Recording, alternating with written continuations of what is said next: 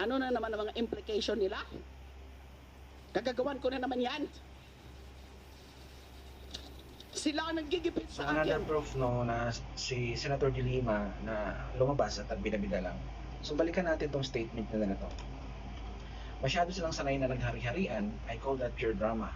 Attorney Zulaika was just detained for 5 days and Sara Duterte is already complaining excessively, making all sorts of scene. They jailed me for nearly 7 years. Did you see me throw a fit? So by the way, dun sa mga hindi nakakaalam kung ano yung phrase na throw a fit, it's an idiomatic expression na to express extreme anger or worry, di ba? So i-google nyo na lang guys. So hindi nga ba siya nagalit at nag-worry or nag-hysterical? Sige nga, panoorin natin tong video. Ano na naman ang mga implication nila? Kagagawan ko na naman yan.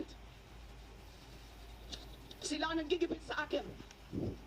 Masyado na nila akong ginigipit, inaapi, tapos ganyan pang gagawin nila. Lahat na lang sinisisi sa akin. And they call themselves men. Ganyan ba mga lalaki? They're cowards, they're fools, and they're liars. That is the bunch of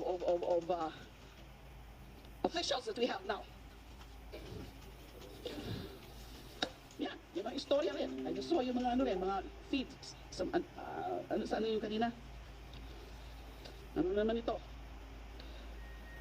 Peter Ko, Tony Ko, and Vicente C. were reportedly using shabu inside the cell of Peter Ko. Inmate Edgar Cinco witnessed the three using drugs and reported them to Donggail. Clarence Donggail, isa rin po yung Bilibid 19, another inmate who is a police major. Donggail told them to stop and warn them of the consequences. So, sobra naman ang pagtingin nila sa atin. Taka naman natin na maniniwala tayo sa mga ganyang istorya. Bilibid 14 is supposed to be the most guarded facility now. Nandyan yung mga SAP. Tapos gagawa ng istoryan ganyan na nagsasyabu kaya nagkarayot. Tama na po. In your desperation, Pangulo, para siraan niyo ako, hindi niyo na iniisip kung ano na yung nagiging itsura niyo sa mata ng bayan at sa mundo. Kayo na po ang pinagtatawanan. Hindi po ako. Inosente po ako. Tama na, nagkakamali na kayo. Iba-iba na yung mga version nyo, iba-iba na yung mga istorya nyo. Kung ano-anong mga iniimbento nyo, katulad nung kahapon na naman, ano naman 300 million na yan. Tama na po. Sino ba susunod nilang gibipitin? Sino mga susunod nilang gagawa ng kwento? Sino yung mga privacy ng mga sisiraan? Mga former staff ko, mga former officials ko. Nilalapitan nyo na po lahat. Alam ko po yan, nakakarating ko sa kanila mga sumbong nila sa akin. And I feel so helpless. I cannot even help them with lawyers.